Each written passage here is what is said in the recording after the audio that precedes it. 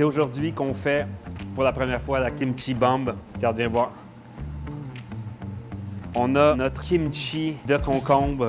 Ça, c'est le secret, là. C'est un kimchi, mais pas de chou. Le concombre, c'est frais, il y a une légère fermentation, un petit peu de piquant. D'habitude, c'est un kimchi de printemps, mais là, c'est un kimchi d'hiver. Puis après ça, le côté un peu plus expérimentation, une fermentation de concombre. Fait que ça, c'est quelque chose qu'on a découvert en Corée, puis on le reproduit, puis ça marche. Un de mes plaisirs à la pimenterie, c'est de découvrir les saveurs, les piments, puis honnêtement, ça se fait en voyageant. Ce qu'on a ici comme cuisine coréenne, c'est juste comme la pointe de l'iceberg. Le kimchi, pour nous, c'est un kimchi de chou, alors qu'on arrive là-bas, puis au final, bien, on découvre que le kimchi, c'est des centaines de sortes de kimchi, il y a genre 300 sortes de kimchi. Fait en partant, la table est mise pour une découverte. Jim, on est prêt à commencer à domper les choses. C'est Zach? Mais Yann, il veut jamais être filmé, lui. OK, fait que Zach, hein? Ouais. C'est magnifique, ça. Ouais, très bien.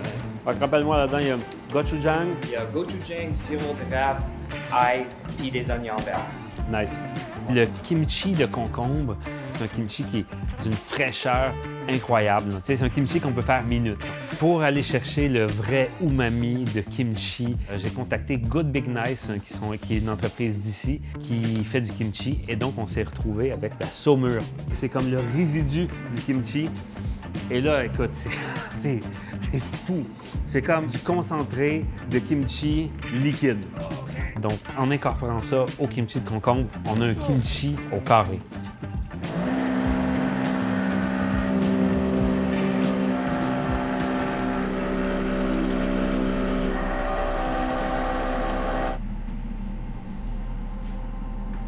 OK.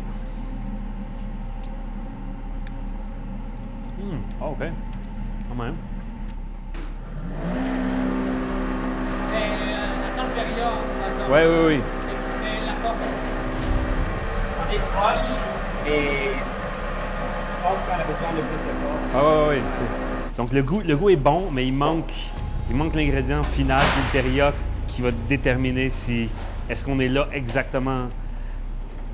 Est-ce qu'on a le même goût que le prototype? C'est ça qu'on essaie de faire. Et peut-être un peu de sirop d'érable.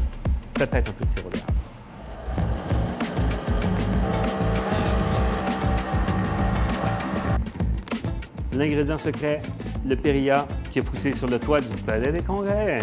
Découvert en Corée, cultivé à Montréal. Je pense que c'est un des seuls champs de piment dans lequel on entend en perpétuité la police et les pompiers. Quand ils font un barbecue coréen, ils vont emballer la viande, le piment, les aromates, comme ça, autour, puis ils le mangent. Donc l'idée, c'est de faire une sauce inspirée de saveurs de Corée, une sauce piquante avec de la fraîcheur. Focuser là-dessus, ça. Ah ouais. Couper les choses petites, là. C'est comme une obsession chez moi.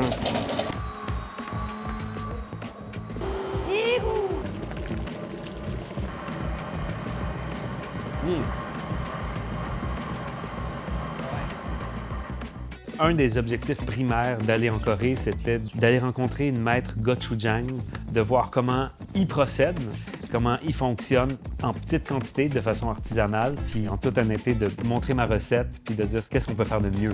Ils font leur propre sirop de grains avec du riz, mais aussi avec un peu d'orge fermentée. Donc, il y a vraiment un côté céréalier, de fait des avoir vus, la mémoire du geste, fait en sorte qu'après, c'est un peu plus facile de partir puis de recréer ça à notre échelle. OK, fait que là, c'est produit fini final. On a rajouté du vinaigre, du sel, un peu de sirop d'érable pour arrondir. Ouais. C'est bon?